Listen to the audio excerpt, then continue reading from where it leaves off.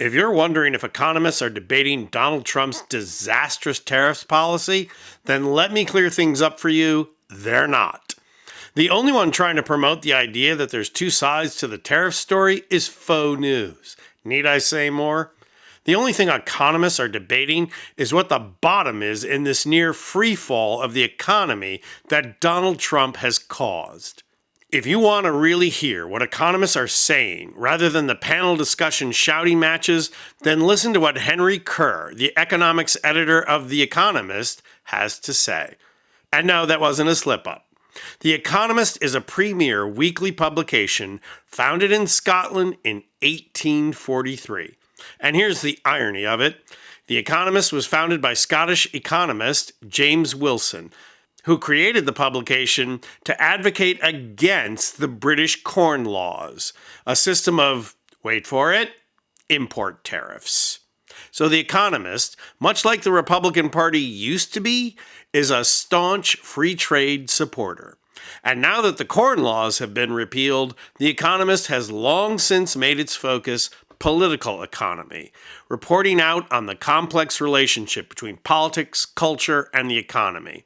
And as the oldest economic weekly, The Economist has an enormous reputation that it maintains by being decidedly neutral in its reporting and undertaking what almost no publication does anymore, providing in-depth coverage, employing rigorous fact-checking, and maintaining meticulous editing. So when The Economist speaks, the business world listens. And today, The Economist is speaking by putting out a TikTok video of its economics editor, Henry Kerr. And no, it's not on TikTok because Kerr looks like he's 16 years old pretending to be an economist. That's really him.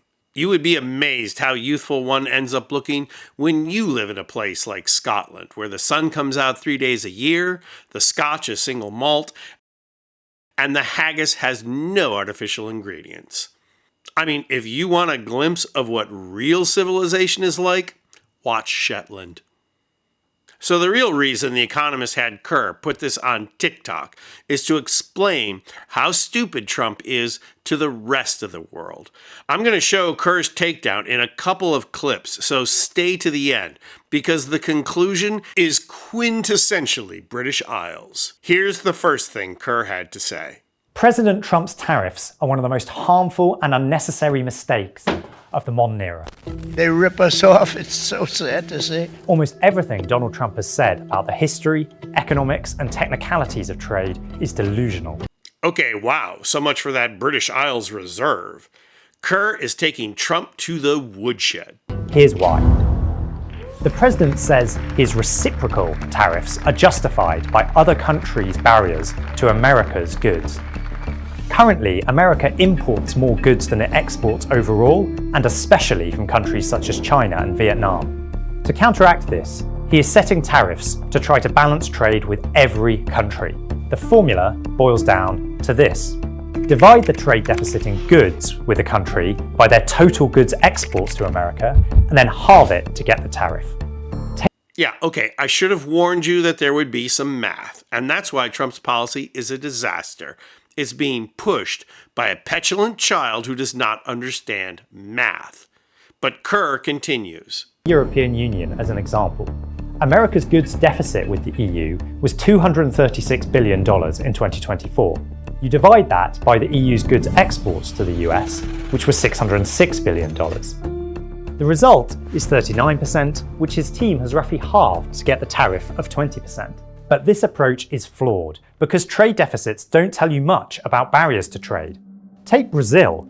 It's notoriously protectionist and charges importers tariffs of more than double what the EU levies. Yet under Trump's scheme, it faces the minimum tariff of only 10%, half what's being charged to the European Union. Trade deficits just don't measure what Trump thinks they do. Saying that America needs balanced trade with every individual country is crackers. Let's take another example.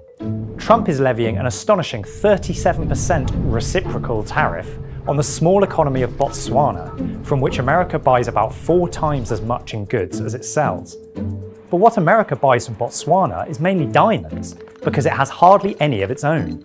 So does it really make sense to say that America must sell as much to Botswana as it buys? It's like saying that when you go to the jeweler to buy an engagement ring, they must buy something from you too.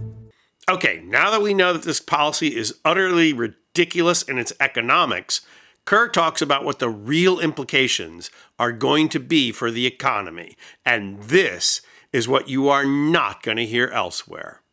The effect of these tariffs on America's economy will be to increase the price of almost everything it imports, from food to phones, leading to higher inflation this year. In the long run, less trade means the economy will become less specialised, and it will have to duplicate things that are currently done overseas. This will hit productivity, and there will be less competitive pressure from imports to, say, make better and cheaper cars. And that is a piece of American history that all these blue-collar Trump voters forget or don't know about. America used to have a closed market in automobiles, and as a result, the American automobile industry did not keep up. Car manufacturers in Japan, Germany, and Sweden produced far superior cars than American manufacturers. By the 1970s, American cars that were made in Michigan would rust away after 4 years on the road. Worse, when gas prices soared, American car manufacturers had nothing on the market, and Honda, Toyota, and Datsun sales soared, while automotive workers for the Big Four were laid off in droves. That is the world Trump is trying to recreate. The result will be that Americans take a hit to their real incomes and have less choice. Mr. Trump is convinced that he has seen global trade for the sham that it is. America is a victim and needs to fight back. But America is the world's wealthiest and most powerful economy. Mr. Trump's foolish tariffs will rebound on Americans as well as hurting foreigners. They will be a disaster. Kerr is correct. Trump's tariffs are already a disaster. But if you listen closely, he got right to the heart of Trump's policy. I have always said Trump owes his political success to convincing people who see themselves as economic victims that they are victims. They are victims of liberals and DEI and immigrants and Hollywood and feminists and abortion rights and gays who demand wedding cakes and drag queens who read stories to children. Trump is now trying to move even more money to the billionaire class by playing the victim card again. Trump's problem, being the clown that he is that he thought playing the victim card was his ace in the hole. Now that the economy is tanking, now that it's racing towards free fall and stagflation, everyone is going to see that the card Trump played was not an ace in the hole, it was a joker. I'm Anthony Vincent Gallo for Occupy Democrats.